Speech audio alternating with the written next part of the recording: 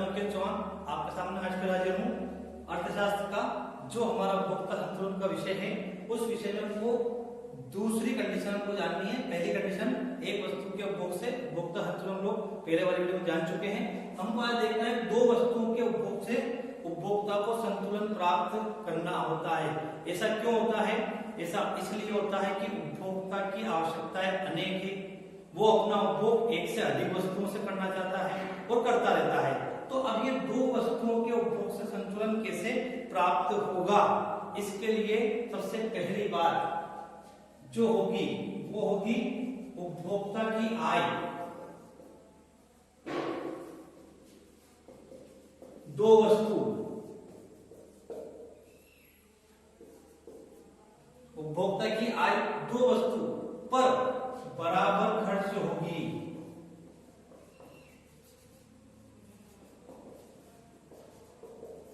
अगर ऐसा होता है तो उपभोक्ता एक से अधिक वस्तुओं का उपभोग करके संतुलन प्राप्त कर सकता है। जो हमारा टॉपिक कहता है दो वस्तुओं के उपभोग से संतुलन प्राप्त करना।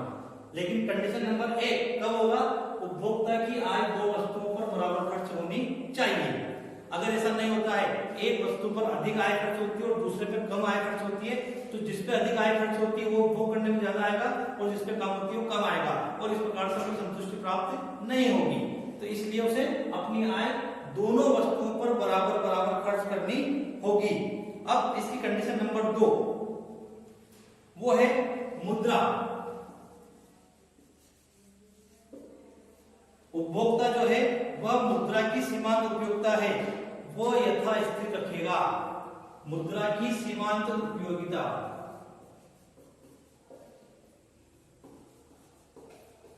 एक उपभोक्ता अपनी जो मुद्रा खर्च कर रहा है वह मुद्रा दोनों वस्तुओं पर मुद्रा की सीमांत उपयोगिता क्या रखेगा? यथास्थिर। अगर ऐसा नहीं करेगा, एक पे कम खर्च करेगा दूसरे ज्यादा करेगा तो संतुष्टि प्राप्त नहीं होगी। इसलिए उसे यथास्थिर रखकर ही संतुष्टि प्राप्त करनी होगी। कंडीशन नंबर 3 और वो ये है कि सीमांत उपयोगिता ह्रास नियम लागू होना चाहिए दोनों वस्तुओं में से।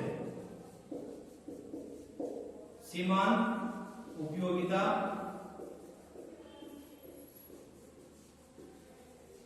ह्रास नियम लागू होना चाहिए।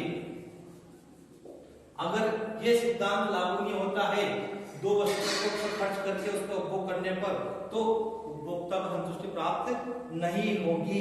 अब इन तीन शर्तों के माध्यम से मैं आपको दो वस्तुओं के उपभोग से संतुलन कैसे प्राप्त किया जाता है एक सिंपल से उदाहरण के द्वारा आपको समझा रहा हूं। बात करते हैं पहली शर्त की। पहली शर्त क्या है कि उपभोक्ता अपनी समस्त आय दो वस्तुओं पर खर्च करता है। अब दो वस्तु लेते हैं हम लोग यहाँ, एक्स और वाई। वस्तु एक्स वस्तु वाई, दो वस्तु। हम एग्जांपल लेते हैं भोजन का। हम भोजन में केवल रोटी खाते हैं, एक्स वस्तु, ठीक है। हम भोजन में केवल रोटी खाते हैं, वो कहलाएगी एक्स वस्तु। अब उस एक्स वस्तु की हम कितनी इकाई प्राप्त कर रहे हैं? 5, ठीक है। वस्तु एक्स और वस्तु वाई, हमने क्या लिया इसको? रोटी। एक उपभोक्ता एक ही प्रकार की वस्तु 5 रोटियों का उपभोग करके संतुष्टि प्राप्त करता है। अर्थात वो अपनी आय किस पे खर्च कर रहा है? समस्त आय एक प्रकार की वस्तु पे खर्च कर रहा है, यानी कि रोटी पर खर्च कर रहा है। लेकिन हमारी कंडीशन में दो वस्तुओं के उपभोग से संतुलन प्राप्त करना। अब दूसरी वस्तु हमारे पास वाई है। हम इस वाई के साथ साथ इसके साथ हम लेते हैं दूसरी वस्तु ले ली पूड़ी। अब उपभोक्ता कितनी रोटियां खाए और कितनी पूड़ियां खाए तब जाके उसको संतुलन प्राप्त हो जाए। अब सोचने वाली बात है, रोटी और पूड़ी में अंतर होता है।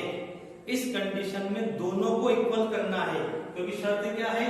मुद्रा दोनों पर बराबर खर्च होनी चाहिए, दोनों से बराबर बराबर संतुष्टि प्राप्त होनी चाहिए और दोनों पर सीमांत उपयोगिता नियम लागू होना चाहिए। तो अब उपभोक्ता 5 रोटी संतुष्टि प्राप्त करता है, तो अब यहाँ पर वो 2 रोटी खाता है, क्योंकि 2 वस्तुओं का उपभोग कर रहा है, क्योंकि रोटी के साथ उसको पूरी भी खानी है। ठीक है, अब कितनी पूड़ियां खाए, मान लिया जाए कि 2 रोटी की उपयोगिता के बराबर उसकी बनती है 4 पूड़ियां। 2 रोटी और 4 पूड़ी, इन दोनों को मिलाकर उपयोगिता मिलती है 5 रोटी के बराबर। तो इन दोनों का उपभोग करने पर तो संतुष्टि प्राप्त हो जाती है और दोनों सीमांत उपयोगिता से लागू कर रही है। पहली रोटी खाएंगे, उपयोगिता घटती जाएगी, दूसरी खाएंगे और घटेगी, पूड़ी खाएंगे घटेगी, दूसरी खाएंगे घटेगी, तीसरी खाएंगे घटेगी, चौथी खाएंगे संतुष्टि प्राप्त हो जाएगी। ये तो हो गई हमें संतुष्टि की बात। अब हमारा नियम है, शर्त है, मुद्रा की सीमांत उपयोगिता यथास्थिर रखनी चाहिए और उपभोक्ता की आय 2 वस्तुओं पर जो उसका उपभोग कर रहा है बराबर खर्च होनी चाहिए। तो अब उसे इस प्रकार से मैनेज करना होगा कि 2 रोटी पे जो खर्च हो रहा है उतना ही खर्च 4 रोटी पे हो और दोनों से मिलने वाली उपयोगिता बराबर मिले। ऐसा नहीं कि पूरी से ज्यादा मिल रही और इससे कम मिल रही है। तो इस कंडीशन को हम कहेंगे 2 वस्तुओं के उपभोग से संतुष्टि प्राप्त करना, अर्थात उपभोक्ता संतुलन का बिंदु नंबर 2 जो ये था, एक बिंदु हमने पहले वाले वीडियो में क्लियर किया था कि एक ही प्रकार की वस्तु से उपभोक्ता संतुलन प्राप्त करता है। आज हमने सिद्ध करा है कि 2 वस्तुओं के उपभोग से उपभोक्ता संतुलन प्राप्त करता है, लेकिन कैसे करेगा उसकी ये बातें हमें ध्यान रखनी पड़ेगी। इसके साथ एक एग्जाम्पल और देख लीजिए आप, छोटा सा। हम कहीं पर भी भोजन करने जाते हैं जिसको हम जीवना कहते हैं, इनवाइट हम जब होते हैं शादी ब्याह वगैरह बफेट पार्टी में, वहां पर एक ही प्रकार का व्यंजन नहीं होता है। और अगर हम बफेट की बात करें तो वहां तो भिन्न भिन्न प्रकार के व्यंजन हमारे सामने उपलब्ध होते हैं, अलग अलग होते हैं। क्या हम एक ही प्रकार का व्यंजन उपभोग करते हैं? नहीं। हम कोशिश करते हैं कि जितने व्यंजन जितने पकवान वहां पर हैं हम उन सबका टेस्ट तो करें, और ऐसा करने से हमारा पेट भर जाता है, यानी संतुष्टि मिल जाती है। लेकिन हमारी जो फेवरेट डिश होती है, हमारा फोकस वही होता है, हम उसका उपभोग ज्यादा करते हैं। तो ये सब करने पर हमको संतुष्टि तो प्राप्त होती है, लेकिन उससे ऊर्जा प्राप्त नहीं होती है। कई बार हमारा पेट खराब हो जाता है, विशेषकर बफेट खाने में। ऐसा क्यों हुआ?